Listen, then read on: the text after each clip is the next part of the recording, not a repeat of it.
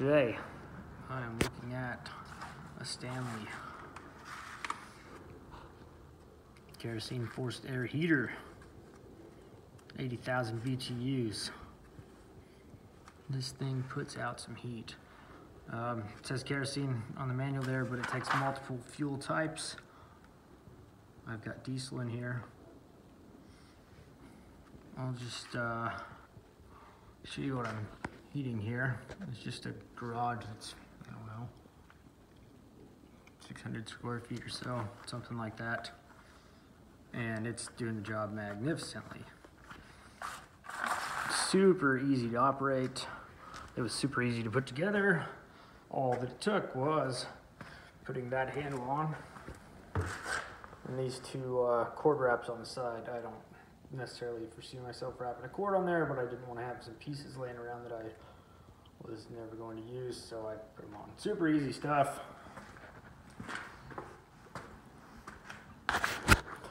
And very simple to operate.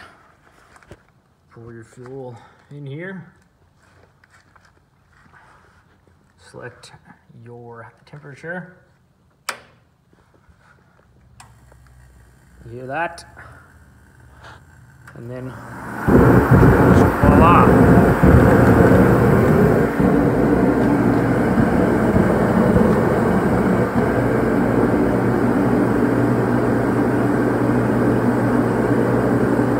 It does have a little bit of noise to it, but I've never known one that didn't.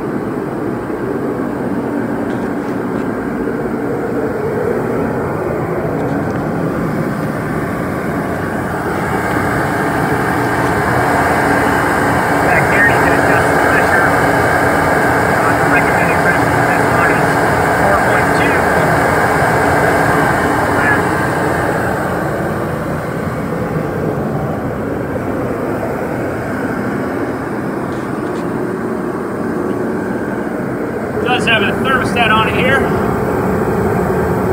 and when it gets up to the temperature, it will shut off, and when it falls to that below your set temperature, it will kick back on.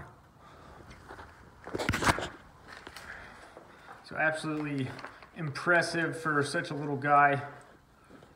It does weigh probably about 26 pounds. It's got, I believe, 5 gallons of fuel capacity. So I'm not sure if the fuel weighs a little bit more, but just expect water is 8.3 pounds per gallon. So if you're putting 5 gallons in it, you're looking at least 40 pounds plus like 26 pounds. So it could get pretty heavy. I myself will be only putting as much fuel as I need in it for what I'm doing that day. Now, recommendation, warning, do not fuel this up while it's on, and you should be all right. So this 500, 600 square foot space, whatever, it was 40 degrees in here when I started about 10 minutes ago doing this, and it's already raised it 20 degrees. So this thing is putting some heat out. Got plenty of ventilation here, and I am definitely happy and recommend, if you're looking for something like I'm looking for, checking this little Stanley heater out.